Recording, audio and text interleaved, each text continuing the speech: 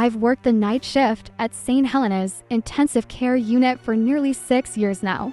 I've seen it all: death, despair, unexpected recoveries, and moments that made me question my entire belief in the healthcare system. Night after night, the halls of the ICU buzz with an eerie blend of machines beeping, whispers of loved ones praying, and the constant shuffle of nurses like myself trying to keep everything together. The ICU is its own world, a liminal space where life and death constantly overlap. You never really get used to it, not entirely. Some nights, the alarms and the fluorescent lights feel like they're pulling you into another dimension. And then there are nights like that one, the night I saw the child. It was 3 a.m., the infamous devil's hour, when everything is at its quietest and most unnerving. The rest of the hospital slept in a haze of morphine, antiseptic, and the low murmur of distant voices. I was in the nurse's station, charting vitals and trying to stay awake. Maria, my colleague, was seated across from me, sipping on her paper cup of cold coffee. "Ooh," she muttered, rubbing her eyes. "I swear Mr. Denton's alarms are going off every 5 minutes. This place is starting to feel like a damn haunted house." I chuckled quietly, trying to shake off the exhaustion. But that's when I noticed a small figure moving down the hall just outside the nurse's station. It took a second for my brain to process what I was seeing. At first, I thought it might be a trick of the light. But then, the figure became clearer. A tiny child, no older than 3, was stumbling across the hallway, all by herself, wearing a simple white dress that seemed delicate for a place like this. "Maria," I said, my voice tight with unease. "Do you see that?" Maria barely looked up from her coffee, but when she did, her face drained of color. Her eyes followed the child's movements, and her mouth fell open. "What the hell? That's a fucking kid." I didn't wait for her to say more. I was already on my feet, instinctively rushing toward the hallway. There were strict rules about children in the ICU, too many risks for infection, especially for a still developed young child's immune system. And yet, here she was, walking without a care in the world, her tiny hands reaching out to steady herself against the walls. I took off down the hall, barely thinking. I called out, "Hey, is there a parent with you? You shouldn't be in here, it's dangerous." The little girl disappeared around the corner, still walking slowly and deliberately. I turned to Maria, who was still standing at the nurse's station. Her face was pale, eyes wide. "Stay here, I'll find out where she came from." As I approached the ICU entrance, my footsteps echoed eerily in the quiet hallway. There was no one else in sight, no nurses, no parents, no staff. Just me and the empty corridor, the harsh light above casting long shadows. I reached the front door. I glanced around, expecting to see a mother, maybe a lost visitor, but there was nothing. The hallway stretched in both directions, desolate and silent. The child was gone. There were no signs of anyone else around. I stood there for a moment, my heart racing. I hadn't imagined it. Maria had seen her too. And yet, where had she gone? The ICU wasn't a place for children. So why was she here? And had she just vanished? I went back to the nurse's station, trying to shake off the uneasy feeling gnawing at me. Maria was still standing there, looking out into the hallway, her face drawn tight. "Nothing," I said, my voice low. "No sign of her anywhere. It's like she disappeared." Maria rubbed her forehead, looking frustrated. "I don't like this. I've been working here for years, and I've never seen anything like that. You're sure you didn't just miss something?" I shook my head. No, I saw her. She was real. And there was no one else around. Maria let out a frustrated sigh. "This place is creepy enough, but a kid, that's just wrong." We tried to brush it off, but neither of us could shake the feeling of unease. The rest of the night passed without incident, though every time the hall grew silent, I couldn't help but glance down the hallway, half expecting to see the child again. 2 nights later, I was back at the nurse's station with Maria.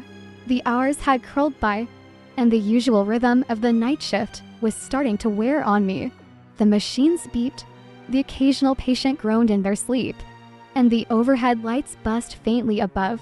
It was routine, or at least, it was supposed to be. And then I saw her again, there, at the far end of the hallway, standing just outside room 12, was the same little girl.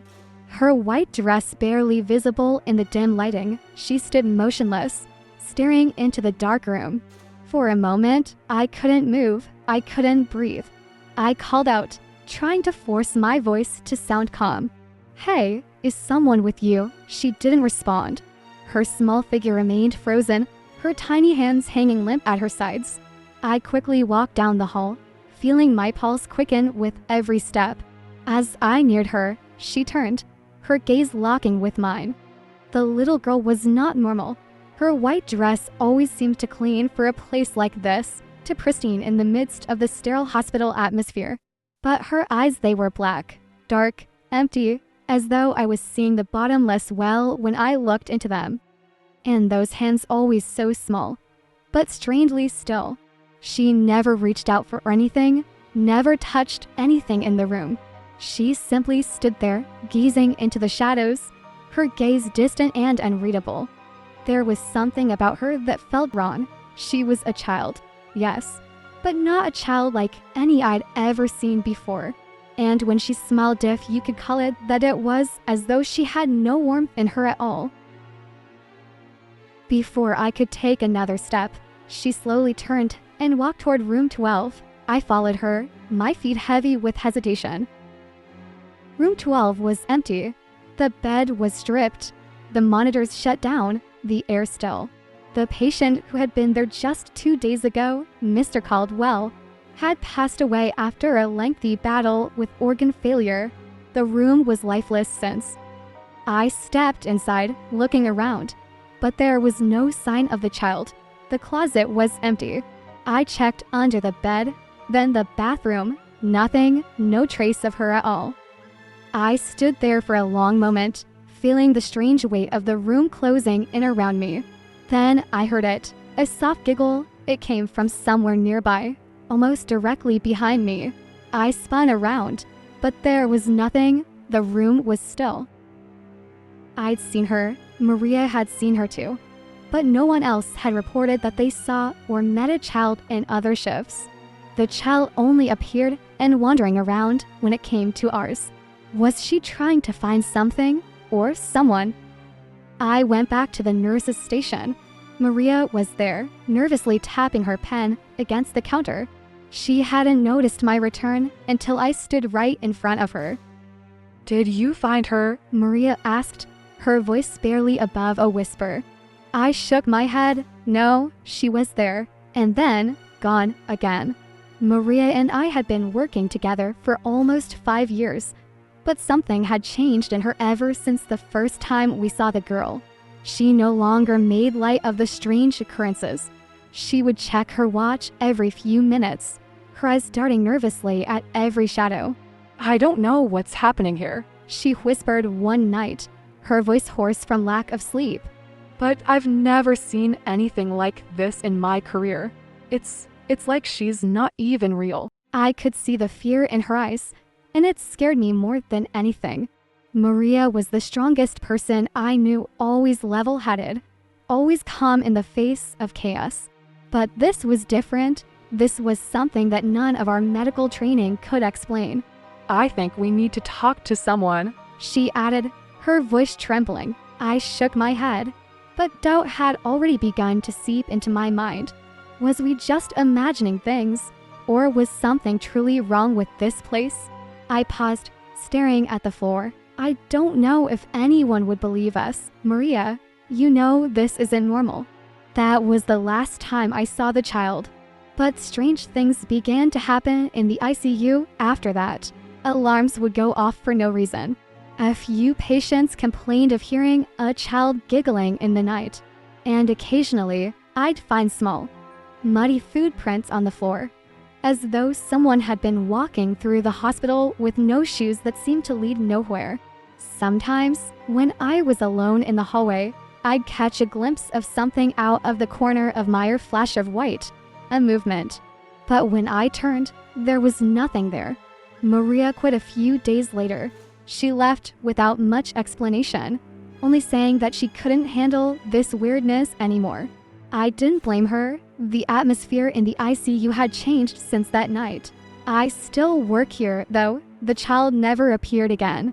But sometimes, when the night is quiet and the hospital feels still, I can hear the soft sound of tiny footsteps echoing in the hallways, too small to be a grown adult yet too loud to be a trick of the imagination. As the days went on, I began to question my own sanity.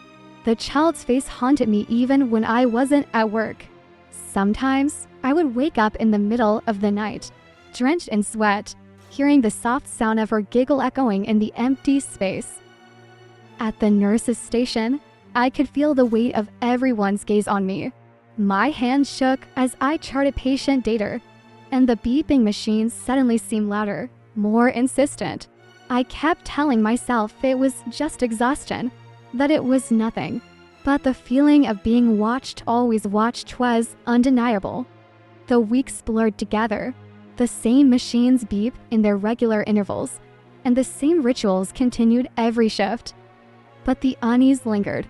I often found myself staring into the empty corners of the ICU, half expecting to see her standing there in the shadows, her eyes staring into mine. I tried to distract myself. I buried myself in patient charts and endless paperwork. But the whispers, those damn whispers, never stopped. One night, after a particularly grueling shift, I finally decided to do what I should have done months ago. I needed answers. I headed to the hospital archives, a dusty, forgotten section of the building tucked away in the lower floors. The dim lights flickered as I searched the records. The air felt heavier down here, and I couldn't shake the feeling that I was being watched. Finally, I found it, an old case file yellowed with age. The name on the file struck me immediately. Alice Caldwell, Mr. Caldwell's daughter. The file photo showed the same child I had seen roaming the halls. The file was sparse, with little detail. Alice Caldwell had been a patient at St. Helena's many years ago. She had died in the ICU after a car accident when she was only 3 years old. But the date of death, it was the same day I had first seen the child. I sat there for a long time, reading the file again and again. The chilling realization settled over me like a heavy blanket. The child had died years ago. But then, why had I seen her? Why was she still here? As the last of the night shift came to an end, I walked back to the nurse's station, the weight of the file still heavy in my hands. But the real weight was in the back of my mind, the sound of tiny footsteps echoing in my ears. The same soft giggle I could still hear in the silence of the hallways. I couldn't shake the feeling that something was wrong. The hairs on the back of my neck stood on end as I glanced around the empty halls.